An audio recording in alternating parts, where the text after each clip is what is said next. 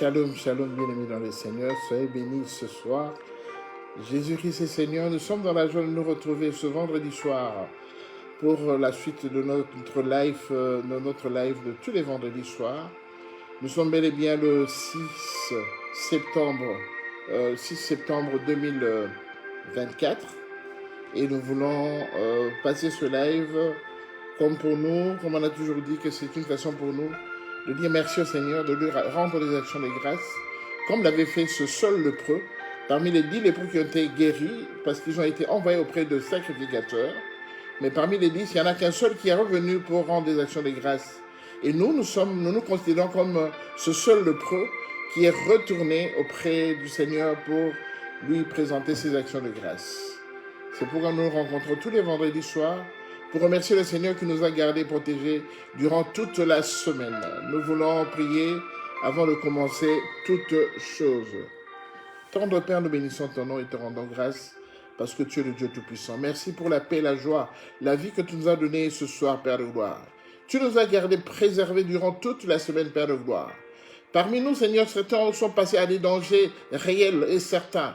Mais toi, tu nous as protégés, tu nous as gardés. Ce n'est pas parce qu'on est meilleur, ce n'est pas parce qu'on est beau, mais c'est parce que tu nous aimes, Père de gloire. Et que ton amour vis-à-vis de nous, Père de gloire, ne cessera jamais. Parce que tu nous as aimés avant toute chose. Pendant que nous étions dans le ventre de nos mères, Seigneur, tu nous avais déjà aimés. Et tu nous avais choisis pour que nous puissions faire partie de ton champ. Merci Seigneur pour tout ce que tu vas accomplir ce moment. Merci pour ta présence au milieu de nous Seigneur. Rends-nous la possibilité de pouvoir encore nous approcher de toi ce soir, afin que ce que tu vas nous dire aujourd'hui nous rapproche encore davantage de toi et nous donne encore la foi. Manifeste-toi Seigneur du début jusqu'à la fin, que ton sang précieux nous couvre et que ton esprit soit à l'œuvre en toutes choses. Nous te bénissons, te rendons gloire et grâce. Dans le nom de Jésus, nous t'avons ainsi prié. Amen. Amen, amen, amen, bien-aimés dans le Seigneur. Voilà, nous sommes dans la joie de passer ce moment ensemble. Nous voulons voir ce que le Seigneur nous a prévu ce soir. Alors, l'Esprit de Dieu nous a conduit dans le livre de Marc, chapitre 4, du verset 37 au verset 39. Marc, chapitre 4, 37 à 39. La Bible nous dit ceci. Il se leva un grand tourbillon et les flots se jetaient dans la barque, au point qu'elle se remplissait déjà. Et lui, il dormait à la poupe sur le coussin. Ils le réveillèrent et lui dirent, « Maître, ne t'inquiètes-tu pas de ce que nous périssons ?» S'étant réveillé, il menaça le vent et dit à la mer, « Silence, tais-toi !» Et le vent cessa, et il eut un grand calme. Parole du Seigneur. Les apôtres sont dans la barque avec le Seigneur Jésus. Pendant qu'ils naviguaient, il s'est fait qu'en fait, la pluie commençait à tomber et la barque se remplissait d'eau. Pendant cet instant, notre Seigneur, il était endormi profondément dans la barque, si bien que les disciples ont commencé à le réveiller le Seigneur pour qu'il leur vienne en aide parce que le danger était présent. Mais la Bible déclare que le Seigneur n'arrivait pas à se réveiller. Ils l'ont secoué, ils l'ont bougé pour qu'il se réveille, mais le Christ ne se réveillait toujours pas. Alors, la pluie a continué à tomber de plus belle et ça menaçait réellement la sécurité du navire. Et quand l'eau est rentrée abondamment dans la barque et que le Christ ne se réveille toujours pas, ils ont de nouveau essayé de le secouer. Et gloire à Jésus, en ce moment, quelque temps après, le Christ va se réveiller. Et qu'est-ce qu'il va faire? Il va juste se lever et il va menacer les flots. Il va menacer le tourbillon, il va menacer le vent et il dira au vent, il dira à la mer, il dira au tourbillon, il dira à l'eau, tais-toi. Silence, tais-toi. Et la Bible dit que le vent cessa et il eut un grand calme. Nous bénissons le Seigneur pour ce moment. Nous le bénissons parce qu'il sait ce qu'il va nous dire ce soir. Bien-aimé, tu es dans ta barque. Tu es dans ta vie de tous les jours. Mais il se fait que pendant que tu es dans ta vie de tous les jours, tu subis un phénomène. Tu subis un phénomène. Un phénomène qui n'est pas tout à fait normal. Et un phénomène qui représente même un danger. Il y a des gens, il y a des femmes qui ont des hémorragies qui ne s'arrêtent pas. Tu as une maladie qui te ronge depuis des années, et cette maladie n'arrive pas à être guérie, malgré tous les soins, malgré toute l'attention que les médecins portent vis-à-vis de toi, vis-à-vis de cette maladie, mais cette maladie ne veut pas te lâcher. Elle est toujours présente. Ça fait autant d'années que tu es dans ce pays et que tu cherches à te mettre en ordre avec l'État pour obtenir les permis de séjour, mais tu n'arrives pas à obtenir le permis de séjour. Tu vis toujours dans la clandestinité parce que tu as peur qu'on puisse t'attraper et te renvoyer, te refouler en Afrique parce que tu es en situation illégale. Bien aimé, la Bible dit que l'eau continuait à tomber dans la barque et la barque risquait de s'enfoncer. Parce que l'eau continuait à tomber dans la barque et le Christ ne se réveillait toujours pas. Alléluia. Bien aimé, les apôtres étaient crispés. Ils se disaient, mais c'en est fini de nous. S'ils ne se réveillent pas, mais là on risque de chavirer. On risque de se noyer. Et le Christ ne se réveillait toujours pas. Alors, bien aimé, ces genres de situations, nous le vivons tous les jours. Nous le vivons assez fréquemment parce que la Bible dit que le malheur atteint souvent le juste, mais l'Éternel l'en délivre toujours. Bien aimé, nous sommes voués, nous sommes habitués au malheur, selon la parole du Seigneur. Mais malgré que nous sommes habitués au malheur, nous avons quand même une espérance. Une espérance qui dit que, quel que soit le malheur, quelle que soit la durée du malheur que nous allons vivre, cela finira par le fait que l'Éternel va finir par nous délivrer de ce malheur. Ma soeur, peut-être que tu es mariée depuis un certain nombre d'années. Tu vis avec ton époux, mais tu n'arrives pas à concevoir. Malgré tous les examens qu'on a faits, tous les examens en gynécologie, en médecine interne par rapport à ta situation, tu n'arrives toujours pas à concevoir. Mon frère, tu vis avec ta femme, mais malgré les examens, malgré tout ce que vous faites comme examen, on s'est rendu compte qu'en fait, le problème provient de toi, l'homme, et non de la femme. Vous vivez toujours une situation de stérilité, et ça commence à devenir très pesant dans votre couple. Vous êtes même dérangé quand vous vivez, vous êtes avec des gens qui vous sont familiers. Et pendant que vous discutez, ces gens doivent faire attention aux mots qui sortent de leur bouche. Parce qu'ils ne doivent pas parler des enfants, ils ne doivent pas parler de la progéniture, parce que cela va vous choquer. Même s'ils ne le font pas exprès, mais cela va vous choquer, parce que l'eau est en train de rentrer dans votre navire. Et que votre navire risque de chavirer. Depuis un certain moment, tu as une santé un peu frivole, tu as une santé un peu bizarre, et tu es toujours affaibli, tu ne comprends pas, tu n'arrives pas à discerner, mais pourquoi je suis comme ça?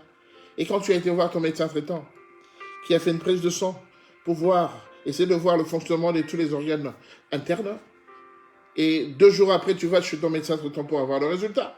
Et ton médecin traitant te dit que, voilà, je suis désolé, mais voilà, on observe un début de cancer de tel organe, de tel organe, de tel organe. Et c'est à cause de ça que tu es souvent affaibli. C'est à cause de ça que tu es souvent fatigué. Même si tu n'as pas fait de gros efforts, mais tu es souvent fatigué. Parce qu'il y a un début de cancer. Bien aimé, vous savez, étant infirmier et avec l'expérience, je me suis rendu compte que aussi longtemps que la personne qui commence une néoplasie ou bien un cancer d'un organe quelconque, aussi longtemps que la personne n'est pas informée, bien que la personne ressent certains malaises et tout ça, mais la personne aura une santé plus ou moins stable. Mais une fois qu'on le prévient, une fois qu'il est informé que c'est le cancer qui vous ronge, bien mais la personne perd du poids. En dehors de 2-3 jours, la personne perd énormément de poids. Parce qu'en ce moment, il est au courant, il sait que c'est le cancer qui est à la base de sa situation. Et comme nous tous, nous savons que le cancer n'a toujours pas encore de remède, eh bien, une fois qu'on t'annonce que tu as le cancer, la personne automatiquement perd tout espoir. Parce que nous savons que le cancer évoluera vers la mort. Bien-aimé, le cancer que tu as, c'est l'eau qui continue à rentrer dans la barque. Parce que la barque allait chavirer et tous ceux qui occupaient la barque allaient être noyés. Bien que le Christ était dans la barque. Mais la Bible nous dit, dans le livre de 2 Corinthiens, chapitre 7, verset 11, le chapitre 5, verset 17, 2 Corinthiens, chapitre 5, verset 17, la Bible déclare, si quelqu'un est en Christ, il devient une nouvelle créature. Les choses anciennes sont passées, voici, toutes choses sont devenues nouvelles. Bien-aimé dans le Seigneur, aussi longtemps que j'ai le Christ en moi, aussi longtemps que le Christ habite en moi, je sais que cela, c'est une garantie pour moi. Voilà pourquoi j'ai intitulé cet enseignement de ce soir, Jésus-Christ m'a garanti. Bien-aimé, vous savez, tu peux chercher toutes les garanties possibles. Tu vas dans un supermarché, tu achètes un appareil, et dans l'appareil, en fait, on te donne une garantie de 2 ans. Je vais chez un concessionnaire d'auto, je vais acheter une nouvelle voiture. Le concessionnaire me donne une garantie de 3 ans. C'est bien. Je vais, bien aimé, pour mes soins de santé, je vais m'assurer à l'Institut national de l'assurance maladie et invalidité. Je suis en ordre avec ma mutuelle pour les soins. C'est une garantie que j'ai. C'est une assurance. Mais bien aimé, cette assurance est éphémère. Parce que bien aimé, si réellement on est assuré pour les soins de santé, on est assuré pour les soins qu'on aura, quelle que soit la maladie qu'on aura, l'assurance ne nous préserve pas de la mort. Avec l'assurance que tu as de soins de santé, tu es hospitalisé, tu es soigné, mais cela ne te préserve pas de la mort. Cela ne veut pas dire que tous ceux qui vont à l'hôpital se faire soigner, qui sont hospitalisés, ils sortent toujours guéris. Parce que l'hôpital, c'est une entreprise qui produit 2 choses. L'hôpital est une entreprise qui produit 2 choses. L'hôpital produit soit la guérison, quelqu'un qui est parti là-bas malade, mais qui en est sorti guéri, ou bien la mort. Donc il n'y a que les 2 possibilités dans un hôpital. Soit la personne sort guérie, soit la personne ne sort pas, mais il sort dans un cercueil. La personne est décédée. Donc bien aimé, l'assurance soins de santé ne te garantit pas de la mort. Mais celui qui te garantit de la mort, c'est le Christ, c'est le Seigneur Jésus, Christ de Nazareth. Parce que lui, il a vaincu la mort. Lui, il a maîtrisé la mort. Mais tandis que nos frères, le gouvernement, la sécurité sociale n'a jamais maîtrisé la mort. Mais Jésus a maîtrisé la mort.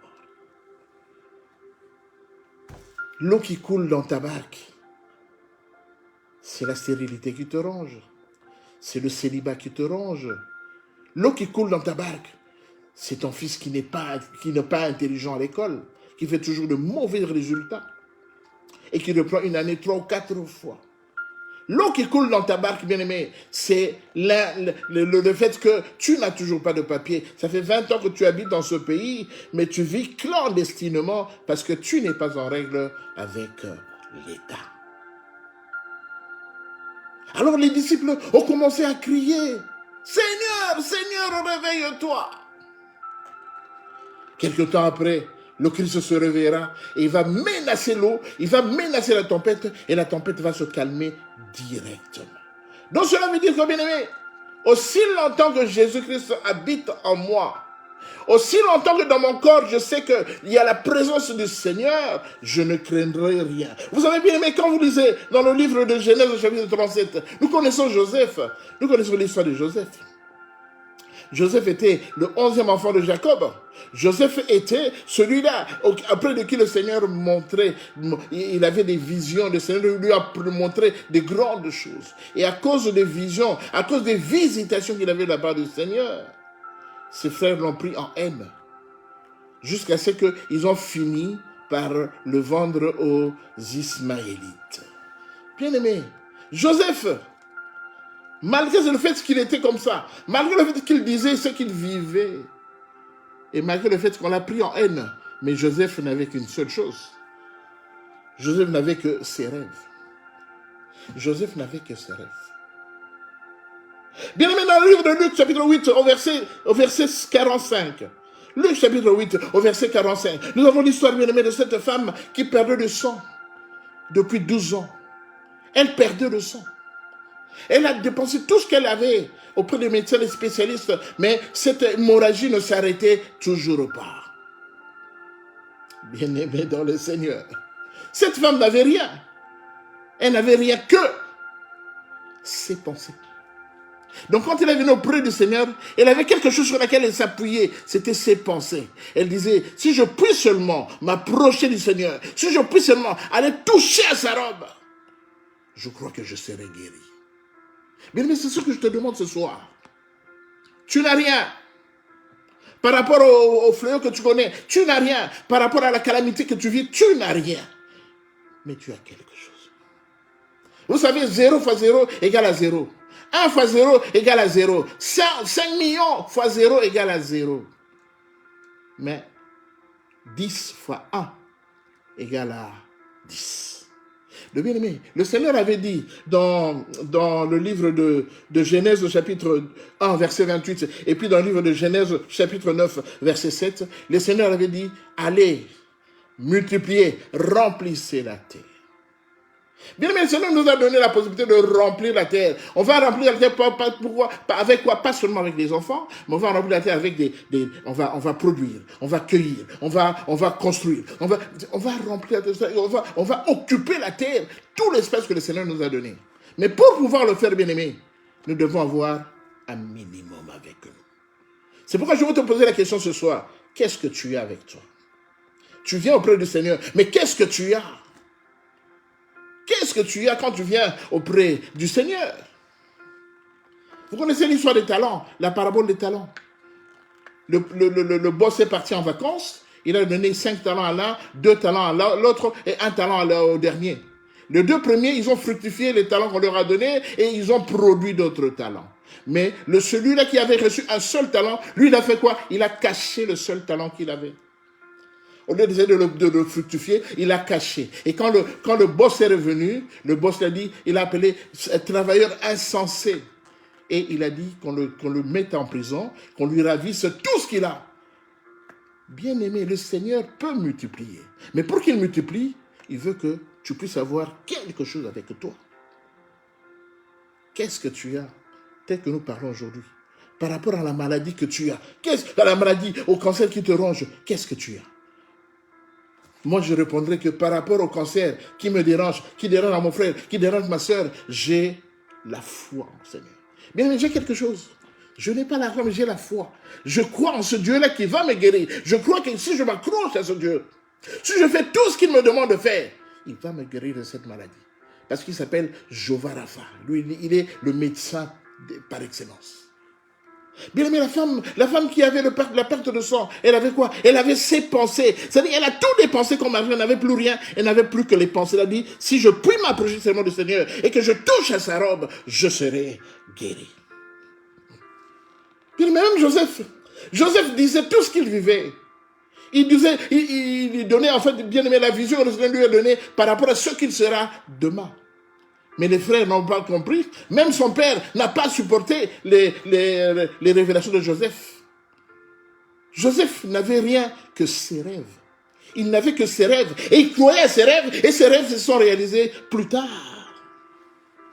Vous savez, dans la piscine de Bethsaïda, il y avait le paralytique là. Dans le livre de Jean, chapitre 5, verset 7, il y avait le paralytique qui était là depuis 38 ans.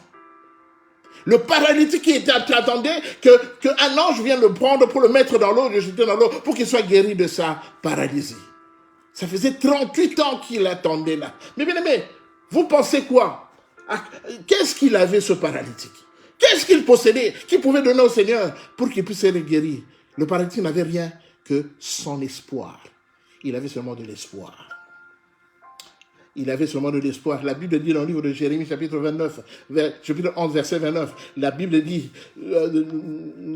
que c'est lui qui connaît les projets qu'il a fait pour moi. Le projet de paix et non de malheur, afin que je puisse avoir de l'avenir et de l'espérance. Bien aimé, ce paralytique avait de l'espérance qu'il guérira. Il avait de l'espérance qu'un jour, l'ange viendra le prendre. Et ce jour, ce n'est pas l'ange qui est venu, c'est lui-même le Seigneur, celui qui est au-dessus des anges, qui est venu le prendre pour le mettre, pour le guérir. Il n'est pas passé par la voie normale, comme passent les autres dans l'eau, non. Le maître lui a dit, lève-toi, prends ton lit et marche. Bien aimé dans le Seigneur est dans ta barque. Même si le malheur arrive à flux dans ta barque, mais le Seigneur est avec toi. Ne l'oublie jamais. Ne l'oublie jamais. Tu n'es pas seul. Dans ce malheur, tu n'es pas seul. Dans ces difficultés, tu n'es pas seul. Tu es avec le Seigneur. Le Seigneur est dans ta barque. Il est avec toi. Alléluia. Il est avec toi. Tu as assez pleuré. Mais je te rassure aujourd'hui que si tu pries, tu es vraiment un chrétien. Tu respectes la parole du Seigneur. Tu respectes tout ce que le Seigneur te donne comme injonction. Sache que le Seigneur est avec toi. Ne dis plus jamais que tu es seul. Ne dis plus jamais que tu es seulement avec ta famille. Mais tu es avec Jésus-Christ de Nazareth. La Bible déclare: quiconque invoquera le nom du Seigneur sera sauvé. Alléluia. Quiconque invoquera le nom du Seigneur sera sauvé. Tu cherches un visa pour venir en Europe. Tu fais des allers-retours entre chez toi et l'ambassade. Et chaque fois, on ne t'accorde pas le visa. Mais bien aimé, moi j'ai la foi. Et qu'est-ce que j'ai? Moi je veux avoir un visa pour venir en Belgique.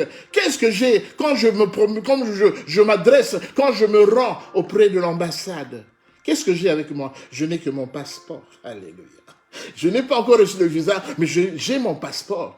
Et je crois qu'un jour, sur ce passeport-là, dans ce passeport, on va poser un visa qui me permettra de voyager. Alléluia. Mon frère, tu es stérile. Ma soeur, tu es stérile. Le mari te menace. La belle famille te menace. En te disant, voilà, on va prendre une autre femme. Parce que chez nous, en fait, on n'aime pas les femmes stériles. Ça fait longtemps qu'on attend un bébé dans cette maison. Le bébé ne vient toujours pas. Et tu es menacé. J'aimerais te dire, ma soeur, sache que tu as un utérus et tu as des trompes. Aussi longtemps que tu as tous les organes. Si tu n'en avais pas, je pouvais dire que, oui, peut-être que cette menace peut arriver à exécution. Mais moi, je te dis que tu as une utérus, tu as des trompes. Qu'est-ce qui te manque? Tu as tout ce qu'il faut. Tu as tout ce qu'il faut et tu es avec Jésus.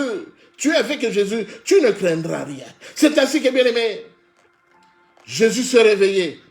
Parce que, bien aimé, bien que Jésus dort dans ta vie, bien que Jésus dort dans ta maison, bien que Jésus dort dans ton corps, il ne se réveille pas. Mais sache qu'un jour, Jésus va se réveiller. Et quand il va se réveiller, il va menacer tout ce qui te perturbe et tu auras le calme tout autour de toi. Tu es embrouillé maintenant. Tu es embrouillé parce que tu n'es pas en paix. Tu es embrouillé parce que tu es tourmenté tout le temps par les cris de ta belle-mère, de ton beau-père qui n'a cessé de crier sur toi. Tu es tourmenté par tes beaux-frères, tes belles-sœurs qui crient sur toi parce que tu es improductive, parce que tu es improductif. Mais j'aimerais te dire ce soir,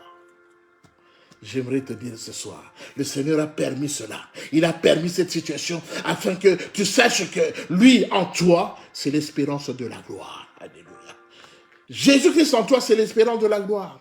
Alors j'aimerais te dire, à partir d'aujourd'hui, arrête de te faire des idées, arrête de commencer à réfléchir longtemps. Bien-aimé, le Seigneur te donne tout. Tu as tout ce que le Seigneur t'a donné. Pourquoi tu continues à pleurer? Pourquoi tu continues à te lamenter alors que le Seigneur t'a tout donné? Parce qu'il est avec toi. Il est avec toi, mon frère, ma soeur. Il est avec toi. Il ne t'abandonnera pas. Il ne te délaissera pas. Parce qu'il est le Dieu tout-puissant.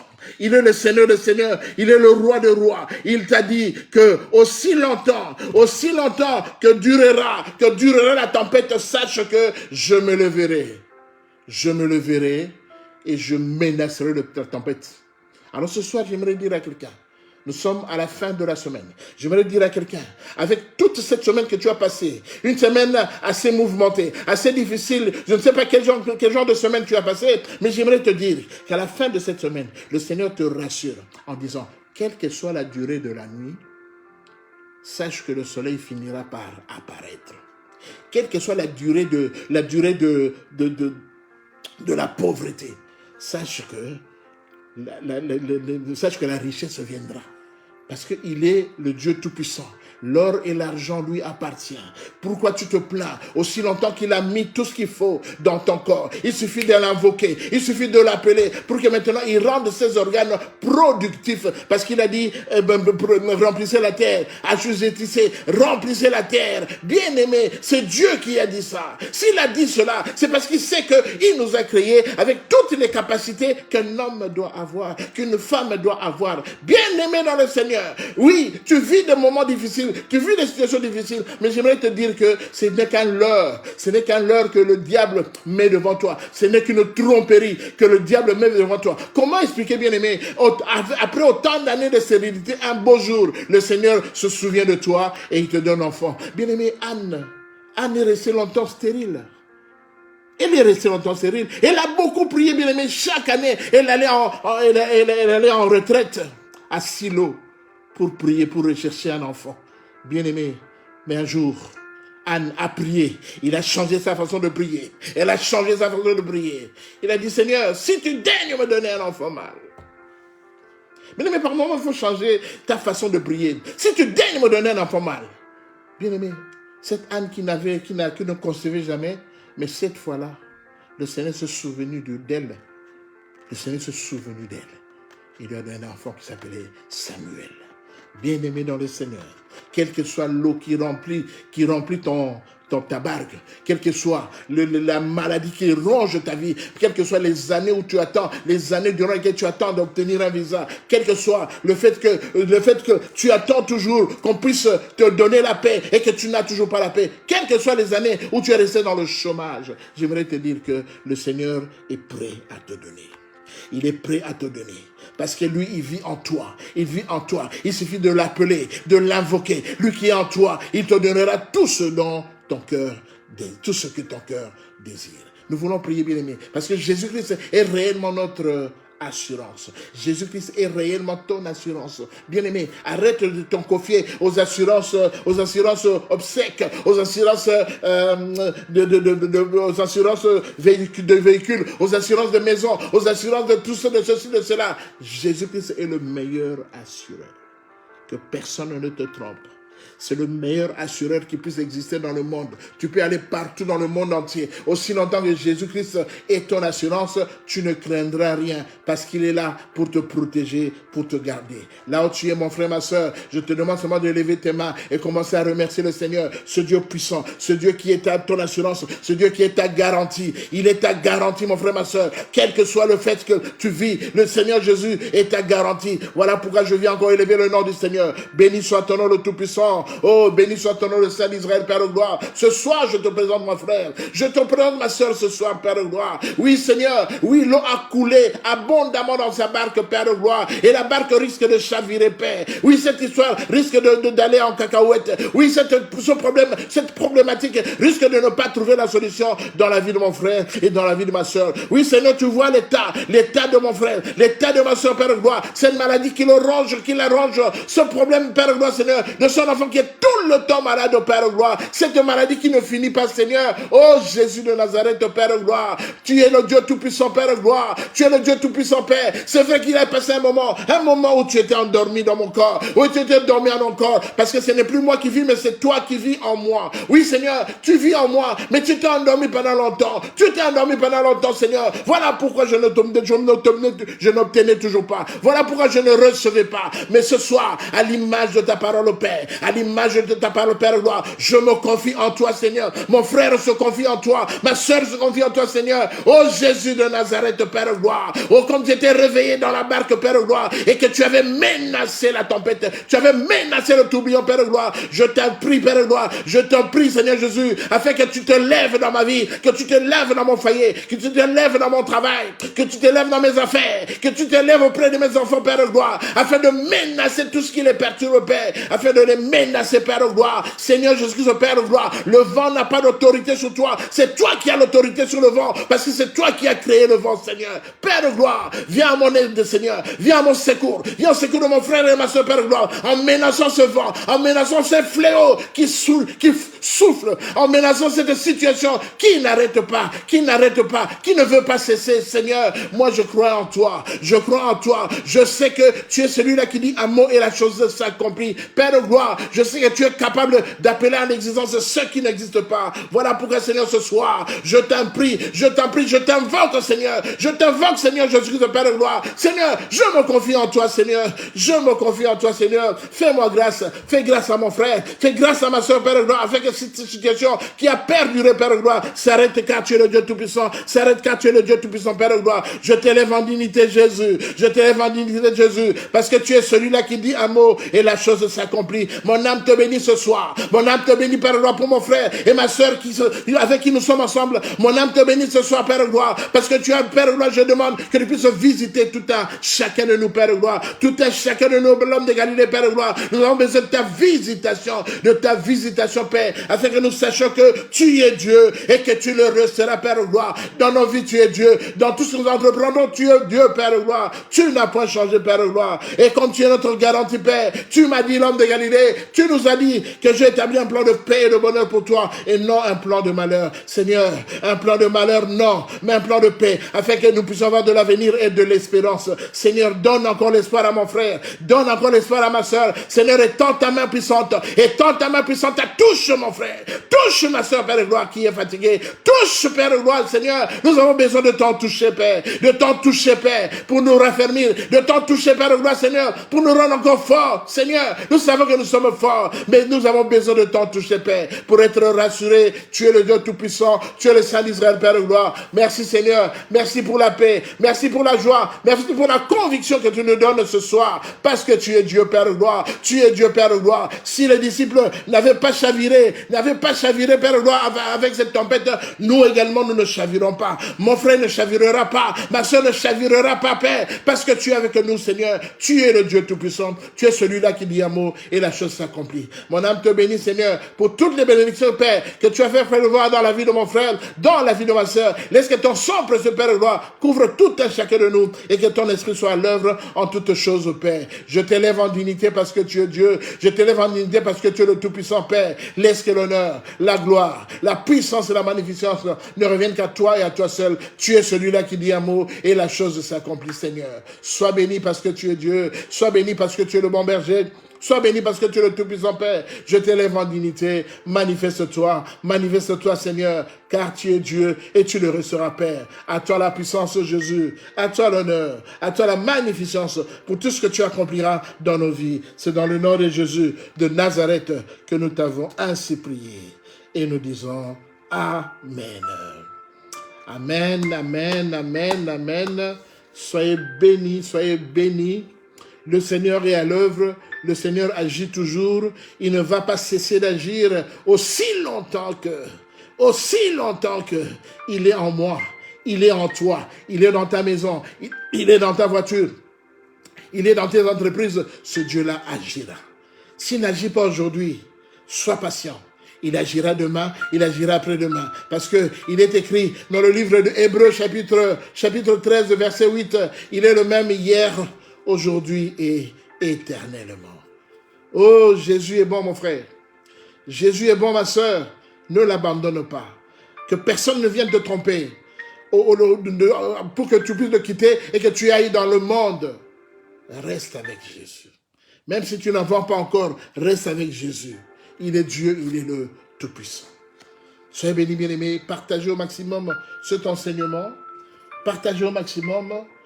Le Seigneur voudrait toucher un cœur ce soir. Le Seigneur sait pourquoi il t'a donné cet enseignement. Il voit comment tu pleures. Il voit comment tu te lamentes. Il voit comment tu es dérangé. Tu es dérangé, tu n'as plus de calme. Comment tu es traumatisé. Il voit comment tu es. Mais il voudrait te rassurer que lui, il est Dieu et il restera Dieu. Nous sommes dans la joie, bien-aimés, d'avoir passé ce moment ensemble. Continuez à vous connecter dans notre chaîne La Clé de la Maison de David, YouTube. Le Seigneur est à l'œuvre, le Seigneur fera, mais vous gardez silence. Le Seigneur fera, mais vous gardez silence. Nous avons été dans la joie de passer ce moment ensemble, bien-aimés. Nous avons terminé là. Passez un bon week-end. Continuez à méditer cet enseignement. Et s'il le veut bien, on se revoit le lundi prochain à 8h30 pour notre live de tous les débuts de semaine. Dans l'entretemps, je vous souhaite de passer un bon moment et je vous dis shalom, shalom.